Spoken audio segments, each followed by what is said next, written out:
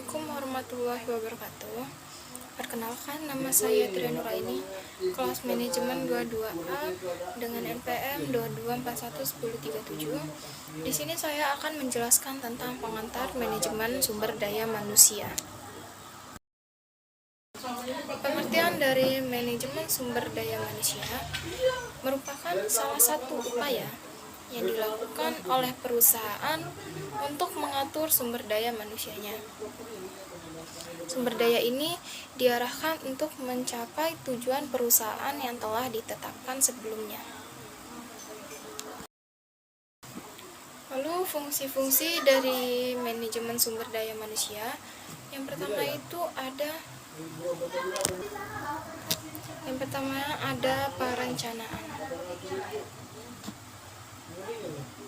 Perencanaan fungsi ini dilakukan dalam rangka mengkaji, menelaah, dan mengamati kebutuhan sumber daya manusia secara sistematis untuk memastikan jumlah karyawan dan bidang keahlian yang dibutuhkan. Analisis jabatan pemilihan calon karyawan, pembagian kerja masuk ke dalam fungsi ini. Lalu yang kedua adalah fungsi rekrutmen hingga pemberhentian. Manajemen sumber daya manusia juga bertanggung jawab atas proses rekrutmen hingga pada pemberhentian karyawan secara baik. Perencanaan rekrutmen, pemilihan kandidat, onboarding, hingga pada saatnya nanti kerjasama harus diakhiri. Semua wajib dengan proses yang sesuai dengan ketentuan hukum. Yang ketiga, fungsinya ada pengupahan tunjangan.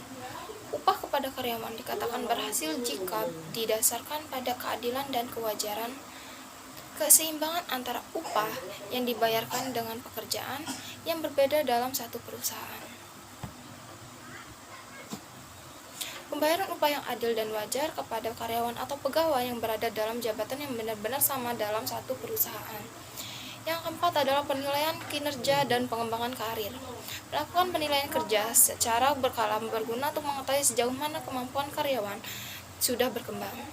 Di waktu yang sama, disediakan pula kesempatan jenjang karir untuk karyawan yang sudah memenuhi kualifikasi sehingga karyawan bisa memiliki motivasi dalam meningkatkan kemampuannya. Yang kelima ada penelitian dan pengembangan kemampuan. Manajemen sumber daya manusia juga berfungsi dalam rangka memberikan pelatihan serta pengembangan kemampuan dari talent yang dimiliki. Talent adalah aset. Mindset seperti ini akan menjadi talent sebagai investasi hidup yang dapat memberikan ROI yang diharapkan ketika diberikan cukup effort dalam pengembangannya. Yang keenam adalah fungsinya keselamatan kerja. Tak hanya menyoal kesejahteraan dan peningkatan performa, manajemen sumber daya manusia juga wajib berfokus pada keselamatan dan kesehatan kerja dalam rangka menjaga hajat hidup setiap talent yang ada. Perencanaan manajemen risiko, program motivasi, strategi konflik, serta memperhatikan keselamatan kerja di dalam atau di luar perusahaan. Dan yang terakhir, fungsi dari sumber daya manusia yaitu pengelolaan hubungan kerja. Mengelola hubungan kerja dengan setiap elemen yang ada di perusahaan, menghormati hak antar talent atau pegawai, menempatkan prosedur keluhan dan masukan dapat disampaikan, hingga penelitian pada manajemen sumber daya manusia yang baik. Fungsi ini dijalankan dengan sebaik-baiknya dengan mempertimbangkan hak talent yang dimiliki perusahaan. Itulah fungsi-fungsi dari manajemen sumber daya manusia. Lalu kita akan membahas tentang tujuan manajemen sumber daya manusia. Tujuannya sendiri yaitu bervariasi dan berbeda di setiap perusahaan. Namun, secara umum, tujuan SDM sendiri bisa untuk membuat berbagai kebijakan yang berkaitan dengan sumber daya manusia dan memastikan karyawan memiliki kinerja yang tinggi. Selain itu juga, tujuan adanya MSDM adalah untuk memastikan perusahaan mampu mencapai tujuan bisnisnya, di mana hal tersebut melibatkan semua karyawan yang terampil dan memiliki kemauan untuk maju.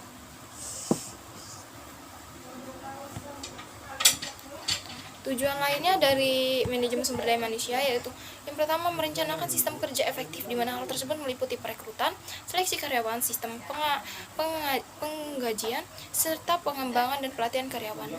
Lalu, mengembangkan sistem manajemen yang efektif dan menyadari bahwa semua elemen di perusahaan akan mendukung untuk mengembangkan iklim kerja yang baik di lingkungan perusahaan. Yang ketiga, memastikan setiap karyawan mendapatkan kesempatan yang sama untuk dapat berkembang di perusahaan dan sekaligus menguntungkan perusahaan. Yang keempat, memastikan karyawan dapat dinilai dan dihargai atas pencapaiannya. Yang kelima, menjaga kesehatan serta kesejahteraan untuk karyawan, baik fisik maupun mental. Yang keenam, menciptakan lingkungan kerja yang kondusif untuk semua. Lalu kita akan membahas tentang manfaat dari manajemen sumber daya manusia. Pertama itu, perusahaan dapat memanfaatkan sumber daya manusia yang sudah ada secara baik.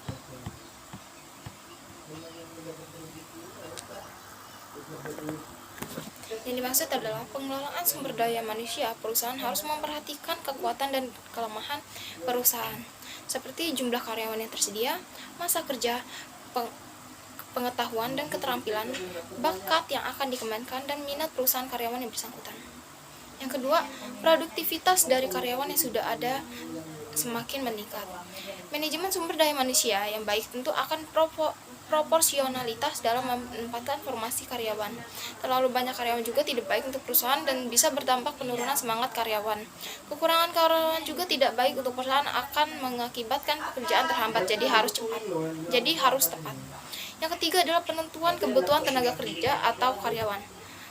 Kebutuhan akan tenaga kerja di masa mendatang baik dalam arti jumlah maupun kualifikasi untuk mengisi formasi tertentu dan menyelenggarakan aktivitas baru. Perusahaan yang sudah besar perlu memiliki perencanaan yang strategi. Pemanfaatan serta kebutuhan sumber daya manusia pada masa mendatang bisa meliputi jumlah karyawan yang dipromosikan menduduki jabatan yang lebih tinggi, berapa lowongan yang kosong, jumlah karyawan yang dibutuhkan dalam waktu tertentu, hingga jumlah kebutuhan pegawai yang berkualitas. Yang keempat yaitu penanganan informasi ketenaga kerjaan. Penanganan informasi sumber daya manusia yang dimiliki bisa meliputi masa kerja setiap karyawan, status perkawinan, tunjangan, jumlah penghasilan, pendidikan, dan pelatihan yang pernah ditempuh, keterampilan khusus yang dimiliki karyawan, dan jabatan yang pernah diduduki. Dan yang terakhir, manfaat dari sumber daya manusia, yaitu penelitian. Sebelum melakukan perencanaan, maka diperlukan yang namanya penelitian, termasuk penelitian mengenai manajemen sumber daya manusia. Hal ini dilakukan guna mendapatkan gambaran serta keterangan yang akurat untuk menjadi landasan dalam aktivitas manajemen sumber daya manusia. Itu manfaat-manfaat dari manajemen sumber daya manusia.